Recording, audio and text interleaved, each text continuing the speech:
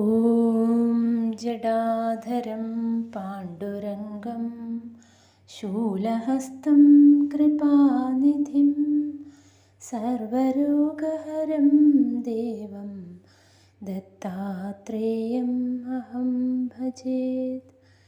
ഗുരുപരമ്പരയ്ക്കും Shri P Keshavan നമ്പൂതിരിക്കും പ്രണാമം. ശ്രീപാദ ശ്രീവല്ലഭ ചരിതാമൃതാകാരേണ ഗുരുദത്താത്രേയ ശ്രീപാദ ശ്രീവല്ലഭ പരബ്രഹ്മണേ നമഃ. അധ്യായം 14. ദത്തദാസുവിന് അഭയം നൽകൽ.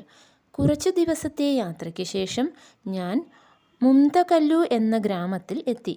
വഴിപോക്കരോട് ചോദിച്ചപ്പോൾ ഇനിയും കുറച്ചു ദിവസങ്ങൾ കൊണ്ട് കുരുവഗഡ്ഢ ഗ്രാമത്തിൽ എത്താൻ കഴിയുമെന്ന് അവർ പറഞ്ഞു. ശ്രീപാദനെ ദർശിക്കുവാൻ എനിക്ക് വളരെയധികം താല്പര്യമുണ്ടായിരുന്നു. ഒരാൾ ഒരു കുടം കള്ളുമായി എൻ്റെ അടുത്തേക്ക് വരുന്നുണ്ടായിരുന്നു. ഞാനൊരു പണ്ഡിതനല്ല, എങ്കിലും ബ്രാഹ്മണർക്ക് വേണ്ടതായ ആചാരങ്ങൾ കുറേയൊക്കെ അനുഷ്ഠിക്കാറുണ്ട്. കള്ളിൻ്റെ ദുർഗന്ധം ദുസ്സഹമായിരുന്നു. അയാൾ എൻ്റെ അടുത്തേക്ക് വന്നുകൊണ്ടിരുന്നു. എനിക്കത് വലിയൊരു പീഡാനുഭവമായിരുന്നു. ശ്രീപാദനാമം ഉരുവിട്ടുകൊണ്ട് ഞാൻ വേഗത്തിൽ നടന്നു. അതിൽ കൂടുതൽ വേഗത്തിൽ നടന്ന് അയാൾ എൻ്റെ അടുത്തെത്തി. അയാൾ എന്നോട് ചോദിച്ചു, ഞാൻ നിങ്ങളുടെ അടുത്തേക്ക് വരുമ്പോൾ നിങ്ങൾ എന്നിൽ നിന്ന് ഒഴിഞ്ഞു മാറുന്നത് ശരിയാണോ? ഞാൻ അയാളോട് ചോദിച്ചു, നിങ്ങൾ ആരാണ്? നമ്മൾ തമ്മിൽ എന്ത് ഇടപാടാണുള്ളത്? അയാൾ ഉറക്കെ ചിരിച്ചു. അയാളുടെ വായിൽ നിന്ന് കള്ളിൻ്റെ ശക്തമായ ദുർഗന്ധം വന്നു. അയാൾ പറഞ്ഞു, ഞാൻ ആരാണെന്ന് അറിയുന്നതിനു മുമ്പ് നിങ്ങൾ ആരാണ്? നിങ്ങൾ എവിടെ നിന്ന് വരുന്നു? നിങ്ങളുടെ ഉദ്ദിഷ്ട ലക്ഷ്യം എന്താണ് എന്ന് അറിയുന്നത് നന്നായിരിക്കും. ആ പ്രദേശത്ത് കള്ള് കൊണ്ടു നടന്നു വിൽക്കുന്നവർ പോലും തത്വചിന്താപരമായി സംസാരിക്കുവാൻ കഴിവുള്ളവരാണെന്ന് ഞാൻ ചിന്തിച്ചു. അയാൾ വഴിയിൽ കൂടി പോകുന്നവരെ വിളിച്ചു വരുത്തി. പെട്ടെന്ന് അവിടെ ഒരു ആൾക്കൂട്ടമുണ്ടായി. അയാൾ അവരോട് പറഞ്ഞു, മാന്യരെ, ഞാൻ ഈ പ്രദേശത്ത് കള്ളു ചെത്തുകയും വിൽക്കുകയും ചെയ്യുന്നു. ഞാൻ എൻ്റെ ധർമ്മമനുസരിച്ച് ജീവിക്കുന്നു. പന എനിക്ക് കൽപ്പവൃക്ഷമാണ്. ഞാൻ പന കയറി ഇറങ്ങി വരുന്നതുവരെ ഇദ്ദേഹം പനയുടെ ചുവട്ടിൽ കാത്തുനിന്നു. താൻ ഒരു ബ്രാഹ്മണനാണെങ്കിലും കള്ളിനോട് ആസക്തിയുള്ളവനാണെന്നും എന്നാൽ വില തരുവാൻ കയ്യിൽ പണമില്ലെന്നും ഇദ്ദേഹം എന്നോട് പറഞ്ഞു. കുറച്ച് കള്ള് എൻ്റെ വായിൽ ഒഴിച്ചു തരണമെന്നും എനിക്ക് അതിൻ്റെ പുണ്യം കിട്ടുമെന്നും പറഞ്ഞു. ഞാൻ സമ്മതിച്ചു. ഞാൻ ഒഴിച്ചു കൊടുക്കുവാൻ തുടങ്ങുകയായിരുന്നു. ചുറ്റുപാടിൽ വലിയ തോതിൽ ആൾപ്പെരുമാറ്റം ഉണ്ടെന്നും എല്ലാവരുടെയും മുമ്പിൽ വെച്ച് കുടിച്ചാൽ തൻ്റെ ബ്രാഹ്മണ്യം കളങ്കപ്പെടുമെന്നും ഇദ്ദേഹം ഇപ്പോൾ പറയുന്നു. എൻ്റെ വാക്ക് പാലിച്ചില്ലെങ്കിൽ ഞാനൊരു മഹാപാപിയായി തീരും. ഞങ്ങളുടെ ജാതിക്കാർക്ക് ഇത് അമൃതിന് തുല്യമാണ്. ഇത്ര അമൂല്യമായ ഒരു പാനീയം ഈ ബ്രാഹ്മണന് കൊടുത്താൽ എനിക്ക് വളരെയധികം പുണ്യം കിട്ടും. ഇദ്ദേഹം എൻ്റെ ആഗ്രഹങ്ങളെയെല്ലാം തകർക്കുകയാണ്. പുണ്യവാന്മാരായ നിങ്ങളെല്ലാം ധർമ്മം എന്താണെന്ന് ഈ ബ്രാഹ്മണന് പറഞ്ഞുകൊടുത്ത് ഒരു പാപിയാകുന്നതിൽ നിന്ന് എന്നെ രക്ഷിക്കണം. അവിടെ കൂടിയിരുന്നവരെല്ലാം കള്ളുചെത്ത് തൊഴിലാക്കിയ ഗൗഡജാതിക്കാരായിരുന്നു. അവർ തങ്ങളുടെ ജാതിക്കാരൻ്റെ വാക്കുകൾക്ക് വലിയ വില നൽകി. അവർ എന്നെ ബലം പ്രയോഗിച്ച് കള്ളു കുടിപ്പിച്ചു. പിന്നെ എല്ലാവരും പോയി. എന്നെ കള്ളു കുടിപ്പിച്ച ആ അസാധാരണ മനുഷ്യൻ എവിടെയോ അപ്രത്യക്ഷനായി. ഞാൻ ആലോചിച്ചു, ശ്രേഷ്ഠമായ ഒരു ബ്രാഹ്മണ ജന്മമെടുത്തു. ദിവ്യാവതാരമായ ശ്രീപാദനെ കാണുവാൻ പോകുന്നു. നികൃഷ്ടമായ കള്ളു കുടിച്ചു. എൻ്റെ ബ്രാഹ്മണ്യം കത്തിച്ചാമ്പലായി. ഇനി ശ്രീപാദൻ്റെ പരമപവിത്രമായ മുഖത്ത് നോക്കുവാൻ എനിക്ക് എങ്ങനെ കഴിയും? എൻ്റെ വിധി ഇങ്ങനെയായി. വല്ലാത്ത ഒരു വിധി. എൻ്റെ തലയിലെഴുത്ത് ഇത്ര വിപരീതമാണെന്നിരിക്കെ എങ്ങനെയാണ് ഇത് മറ്റേതെങ്കിലും വിധത്തിലാവുക? ഞാൻ തീവ്ര ദുഃഖത്തിലായി. എൻ്റെ കാൽവയ്പ് ഇടറിയിരുന്നു. എൻ്റെ വായിൽ നിന്ന് കള്ളിൻ്റെ അസഹ്യമായ ഗന്ധം വന്നുകൊണ്ടിരുന്നു. എനിക്ക് അല്പം വെളിവില്ലായ്മ തോന്നി. എൻ്റെ ദൗർഭാഗ്യത്തെ പഴിച്ചുകൊണ്ടും ശ്രീപാദനാമം ജപിച്ചുകൊണ്ടും ഞാൻ നടന്നു. വഴിക്ക് ഒരു കുടിൽ കണ്ടു. അതൊരു തപോഭൂമിയാണെന്ന് തോന്നി. അവിടെ ഏതാനും മഹാത്മാക്കൾ ഉണ്ടായിരിക്കാം. പുണ്യാത്മാക്കളെ സന്ദർശിക്കുവാനുള്ള യോഗ്യത എനിക്കില്ലെന്ന് ഞാൻ ചിന്തിച്ചു. ആശ്രമത്തിലേക്ക് കാൽവയ്ക്കുവാൻ എനിക്ക് ആഗ്രഹമുണ്ടായിരുന്നില്ല, അതും മദ്യപിച്ചുകൊണ്ട്. ഈ അവസ്ഥയിൽ ആശ്രമത്തിലേക്ക് പോകുന്നത് വളരെ നിന്ദ്യമായ കാര്യമാണ്. പിന്നിൽ നിന്ന് ആരോ എന്നെ കൈകൊട്ടി ഉറക്കെ വിളിച്ചു. ശങ്കരഭട്ട്, നിൽക്കൂ, നിങ്ങളെ ആശ്രമത്തിലേക്ക് വിളിച്ചു കൊണ്ടുവരുവാൻ ദത്താനന്ദ സ്വാമി ആജ്ഞാപിച്ചു. ദൈവലീലയിൽ ഞാൻ ആശ്ചര്യപ്പെട്ടു. ഞാൻ നിന്നു. അയാൾ എന്നെ ദത്താനന്ദ സ്വാമിയുടെ മുമ്പിലേക്ക് കൊണ്ടുപോയി. കരുണ വർഷിക്കുന്ന കണ്ണുകൾ കൊണ്ട് സ്വാമി എന്നെ നോക്കി. എന്നോട് ഉടനെ പോയി കുളിച്ചു വരുവാൻ പറഞ്ഞു. കുളി കഴിഞ്ഞതിന് ശേഷം എനിക്ക് ഭക്ഷിക്കുവാൻ മധുരഫലങ്ങൾ തന്നു.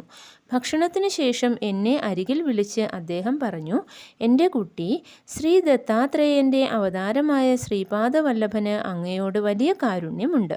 അദ്ദേഹം തൻ്റെ അമൃതഹസ്തം കൊണ്ട് അങ്ങയെ അമൃതം കുടിപ്പിച്ചു. അങ്ങ് അദ്ദേഹത്തെ കള്ളുചെത്തുകാരനായ ഗൗഡയാണെന്ന് തെറ്റിദ്ധരിച്ചു. അദ്ദേഹം തന്ന അമൃത് കള്ളാണെന്ന് തെറ്റിദ്ധരിച്ചു. എന്ത് വിരോധാഭാസം! എനിക്ക് തല തിരിയുന്നതായി തോന്നി. ഞാൻ കണ്ടുകൊണ്ടിരുന്ന പ്രപഞ്ചം മെല്ലെ മെല്ലെ അപ്രത്യക്ഷമാകാൻ തുടങ്ങി. അതിരില്ലാത്ത പ്രപഞ്ചശക്തിയാകുന്ന മഹാസമുദ്രത്തിലെ തിരമാലകൾ എന്നെ ആഴ്ത്തുന്നതായ അനുഭവമുണ്ടായി. ആ അനന്തമായ ശക്തിയിൽ നിസ്സാരവും ഹീനവുമായ അഹങ്കാരരൂപമായ എൻ്റെ ജീവാത്മാവ് അപ്രത്യക്ഷമായി. ഞാൻ എന്ന സത്തയെ അറിയാനോ അതിനെക്കുറിച്ച് ഒരു ധാരണയ്ക്കോ അതീതമായ ഒരു ദിവ്യാനന്ദത്തിൽ ഞാൻ മുഴുകി. എന്നിലുള്ള പരിമിതമായ ഞാൻ ഇല്ലാതായപ്പോൾ എനിക്ക് ഈ സൃഷ്ടി മുഴുവൻ ഒരു സ്വപ്നം പോലെ തോന്നി. അപ്പോൾ ശ്രീ സ്വാമി എൻ്റെ ദേഹത്ത് മന്ത്രജലം തളിച്ചു. തൻ്റെ ദിവ്യഹസ്തം കൊണ്ട് എൻ്റെ നെറ്റിയിൽ ദിവ്യഭസ്മം തൊടുവിച്ചു. ഞാൻ സാധാരണ നിലയിലായി. ഏതാനും നിമിഷങ്ങൾ ഞാൻ ദിവ്യാനന്ദം അനുഭവിച്ചു. സാധാരണ നിലയിലായപ്പോൾ ഞാൻ സ്ഥൂലതത്വത്തിൽ നിമഗ്നനായതായി എനിക്ക് മനസ്സിലായി. ശ്രീ സ്വാമി പറഞ്ഞു, ഒരു ജന്മത്തിൽ അങ്ങ് ഗൗഡജാതിയിൽ ജനിച്ചു. അങ്ങ് ധാരാളമായി കള്ളു കുടിച്ചിരുന്നു. അങ്ങയുടെ വ്യക്തിത്വത്തിൻ്റെ ഉള്ളിൽ കള്ളു കുടിക്കാനുള്ള ആഗ്രഹം നിലനിന്നു. ശ്രീപാദൻ്റെ അനുഗ്രഹം ഇല്ലായിരുന്നുവെങ്കിൽ ഒരു ബ്രാഹ്മണനാണെങ്കിലും അങ്ങ് കള്ളുകുടി ശീലമാക്കുകയും ധാർമ്മികമായി അധപ്പതിക്കുകയും ചെയ്യുമായിരുന്നു. ശ്രീപാദൻ്റെ കടാക്ഷം അമൃതമയമാണ്. അങ്ങയുടെ ജാതകത്തിൽ അനേകം അപകടങ്ങൾ പറഞ്ഞിട്ടുണ്ട്. അദ്ദേഹം തൻ്റെ അമൃത ദൃഷ്ടി കൊണ്ട് അവയെല്ലാം നീക്കിയിരിക്കുന്നു എന്ന് അങ്ങ് അറിഞ്ഞില്ല. ശ്രീ ഗുരുവിൻ്റെ മഹത്വത്തെ വർണ്ണിക്കുവാൻ ആർക്കാണ് കഴിയുക? അദ്ദേഹത്തിൻ്റെ മഹിമയെ വർണ്ണിക്കേണ്ട സന്ദർഭങ്ങളിൽ വേദങ്ങൾ പോലും മൗനം പാലിച്ചു. അപ്പോൾ ഞാൻ പറഞ്ഞു, ശ്രീമാൻ, ശ്രീ ഗുരുവിൻ്റെ മഹിമാവിശേഷങ്ങൾ അറിയുവാൻ എനിക്ക് ആഗ്രഹമുണ്ട്. ഓരോ കഥ കേൾക്കുമ്പോൾ കൂടുതൽ കൂടുതൽ അറിയാനുള്ള ആഗ്രഹമുണ്ടാകുന്നു. താൻ നരസിംഹ സരസ്വതിയായി അവതരിക്കുമെന്ന് ശ്രീ ഗുരു കൂടെ കൂടെ പറയുന്നു. അദ്ദേഹത്തിൻ്റെ ലീലകളുടെ അന്തരാർത്ഥങ്ങൾ അറിയുവാൻ എനിക്ക് അതിയായ ആഗ്രഹമുണ്ട്. അതിന് സ്വാമി മറുപടി പറഞ്ഞു, മകനെ, വേദ ഋഷികളുടെയെല്ലാം തത്വ അന്വേഷണത്തിൻ്റെ പ്രധാന ലക്ഷ്യം ആധ്യാത്മിക ആന്തരസത്യത്തിൻ്റെ നിഗൂഢ ശബ്ദങ്ങളുടെ അത്യന്ത പ്രധാനതകളായിരുന്നു. ഋതം എന്നാൽ സത്യം. ഇത് ആത്മസത്യമാണ്, വസ്തുസത്യമാണ്. കർമാനുഷ്ഠാനമനുസരിച്ച് വ്യാഖ്യാനിച്ചപ്പോൾ ഇത് സത്യമെന്നും യജ്ഞമെന്നും ജലമെന്നും അന്നമെന്നും വിവിധ നാമങ്ങളാൽ അറിയപ്പെട്ടു. അതേ വിധത്തിൽ സരസ്വതി എന്ന ശബ്ദവും വളരെ വിശിഷ്ടമാണ്. സരസ്വതി നദി അന്തർവാഹിനിയാണ്, ഭൂമിയുടെ അകത്തുകൂടി ഒഴുകുന്നത്. ഇതിനെ വർണ്ണിക്കുമ്പോൾ സത്യത്തെ പ്രബോധിപ്പിക്കുന്നതെന്നും ജ്ഞാനികളുടെ പ്രബോധനങ്ങളെ വിശദീകരിക്കുന്നതെന്നും ഭാവനാസമൃദ്ധമായ ചൈതന്യത്തെ വിശദീകരിക്കുന്നതെന്നും മഹാസമൂഹങ്ങളുടെ മഹത്വത്തെ വിശദീകരിക്കുന്നതെന്നും നമ്മുടെ മനസ്സിനെ പ്രകാശിപ്പിക്കുന്നതെന്നും പറയാം. അതായത് ശ്രീ ഗുരു ഒരു ധർമ്മോപദേശ ശക്തിയാണ്, പ്രബോധനത്തിൻ്റെ ശാശ്വതമായ ഒരു പ്രവാഹമാണ്. അദ്ദേഹം സത്യത്തിൻ്റെ ശബ്ദമാണ്. അദ്ദേഹം നമ്മുടെ മനസ്സുകളെ പ്രകാശമാനമാക്കുന്നു. അദ്ദേഹം പരമമായ സത്യത്തെയും ആന്തരജ്ഞാനത്തെയും നമ്മിൽ ഉറപ്പിക്കുന്നു. വേദത്തിൽ യജ്ഞം അന്തഃപ്രകൃതിയുടെ ബാഹ്യചിഹ്നമാണ്. മനുഷ്യർ യജ്ഞത്തിൽ കൂടി തങ്ങളുടെ കൈവശമുള്ളത് ദേവതകൾക്ക് അർപ്പിക്കുന്നു. പ്രത്യുപകാരമായി ദേവതകൾ ഗോഗണങ്ങളെയും അശ്വങ്ങളെയും നൽകുന്നു. ഗോക്കൾ എന്നാൽ തേജസ്സാർന്ന സമ്പത്താണ്. കുതിരകൾ എന്നാൽ ശക്തി സമ്പത്താണ്. അതേവിധം അവർ നമുക്ക് തപശക്തികളും നൽകുന്നു. വേദങ്ങളുടെ ഗൂഢാർത്ഥം അതിന് യോഗ്യതയുള്ളവർക്ക് മാത്രം വെളിപ്പെടുത്താനായി അത്യന്തം രഹസ്യമായി വെച്ചു. യജ്ഞകാര്യങ്ങളിൽ ഉപയോഗിക്കുന്ന പ്രധാന പദാർത്ഥം നെയ്യാണ്. ഘൃതത്തിന് ദീപ്തി അല്ലെങ്കിൽ പ്രകാശം എന്ന അർത്ഥമുണ്ട്. വേദത്തിൽ ഗോ ശബ്ദത്തിന് രശ്മി, പ്രകാശകിരണം എന്ന് അർത്ഥമുണ്ട്. കുതിരശക്തിയുടെ, അതായത് ആത്മശക്തിയുടെയും തപോബലത്തിൻ്റെയും പ്രതീകമാണ്. ഋഷികൾ അവരുടെ മന്ത്രങ്ങളിൽ പശുവിൻ്റെ മുഖമുള്ള കുതിരയെ വരമായി ചോദിച്ചു. അതായത് തേജസ്സുറ്റ ആധ്യാത്മിക ശക്തിയെ ഗോകിരണങ്ങളാൽ പുരോഗമിക്കുന്ന അശ്വശക്തിയെ കാക്ഷിച്ചു. ഋഷികൾ പുത്രന്മാരെയും സന്തതികളെയും കാംക്ഷിച്ചുകൊണ്ട് എത്രയെത്ര മന്ത്രങ്ങൾ കൂടി പ്രാർത്ഥിച്ചിരുന്നു. എന്നാൽ അതിന് ഒരു അന്തരാർത്ഥമുണ്ട്. പുത്രോൽപത്തി എന്നാൽ അന്തഃശക്തിജനകമാണ്. അവർ അതിനെ ഇപ്രകാരം വിവരിച്ചു: അഗ്നി ഞങ്ങളുടെ പുത്രനായി ജനിക്കുന്നു. അഗ്നി യജ്ഞത്തിൽ ജനിക്കുന്ന പുത്രനാണ്. വിശ്വാഗ്നി എന്ന നിലയിൽ അഗ്നി എല്ലാ പിതാക്കൾക്കും പിതാവാണ്. അതേ വിധത്തിൽ സലിലവും ഉദകവും സൂചകമായ അർത്ഥത്തിൽ ഉപയോഗിക്കപ്പെട്ടു. ഉദാഹരണമായി സലിലം അപ്രകേതം എന്നാൽ ചൈതന്യരഹിതമായ സമുദ്രം, അതായത് ദിവ്യത്വം അന്തർലീനമായ ജഡാബ്ധി. അതിൽ നിന്ന് സ്വകീയ ശക്തികൾ കൊണ്ട് ദിവ്യത്വം രൂപപ്പെടുന്നു. ഇതിനെ മഹാസമുദ്രം എന്നും വർണ്ണിച്ചിട്ടുണ്ട്. ഋഷികൾ തങ്ങളുടെ സൂക്തങ്ങളിൽ ഒന്നിൽ സരസ്വതീ ദേവി അന്തർജ്ഞാന കിരണങ്ങളിൽ ഊർധ്വസലിലത്തെ നമുക്ക് ഗോചരമാക്കി തരികയാണെന്ന് പ്രകീർത്തിക്കുന്നു. വേദങ്ങളിൽ പറയുന്ന സപ്തസ്രോതസ്സുകൾക്കും അന്തരാർത്ഥമുണ്ട്.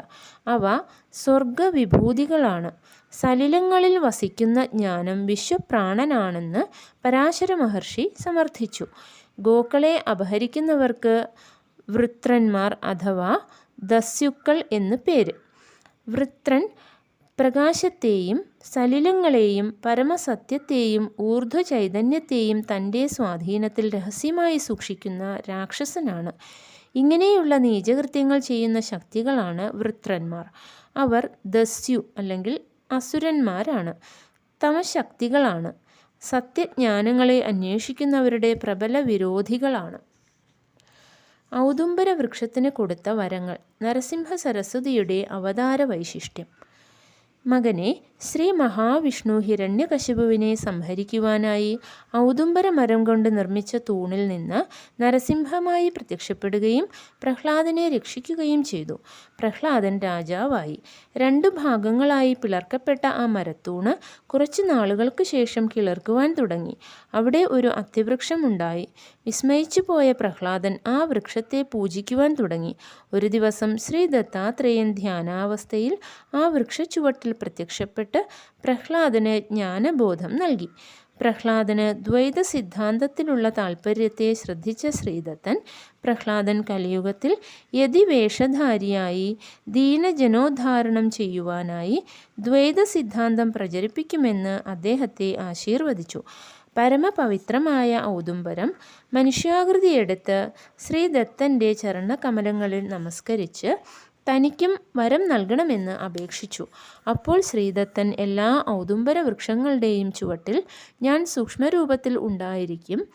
നിന്നിൽ നിന്ന് നരസിംഹ ആകൃതിയിൽ പുറത്തു വന്നതുകൊണ്ട് കലിയുഗത്തിൽ ഞാൻ നൃസിംഹ സരസ്വതി എന്ന നാമത്തിൽ അവതരിക്കും എന്ന് വാഗ്ദാനം ചെയ്തു.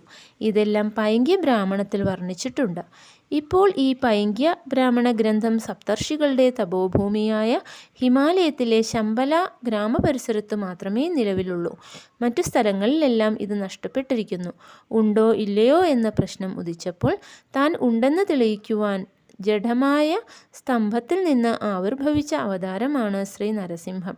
അതേ വിധത്തിൽ കലിയുഗത്തിൽ മലിനചിത്തരായ ജനങ്ങൾ ദൈവം ഉണ്ടോ ഇല്ലയോ എന്ന് കുതർക്കങ്ങൾ ചെയ്യുമ്പോൾ താൻ ഉണ്ടെന്ന് തെളിയിക്കുക മാത്രമല്ല, പ്രഹ്ലാദനെ രക്ഷിച്ചതുപോലെ ഭക്തസംരക്ഷണം ചെയ്യുകയും ചെയ്യുമെന്ന് സൂചിപ്പിച്ചുകൊണ്ട് അദ്ദേഹം നൃസിംഹ സരസ്വതി എന്ന നാമത്തിൽ അവതരിച്ചു. അപ്പോൾ ഞാൻ ശ്രീ സ്വാമിയോട് ചോദിച്ചു, ശ്രീമാൻ, അങ്ങ് ഈ പീഠികാപുരത്ത് ശ്രീപാദനെ കണ്ടിട്ടുണ്ടോ? അദ്ദേഹത്തിൻ്റെ ബാഹ്യലീലകൾ കേൾക്കുവാൻ എൻ്റെ മനസ്സ് തിടുക്കം കൂട്ടുന്നു.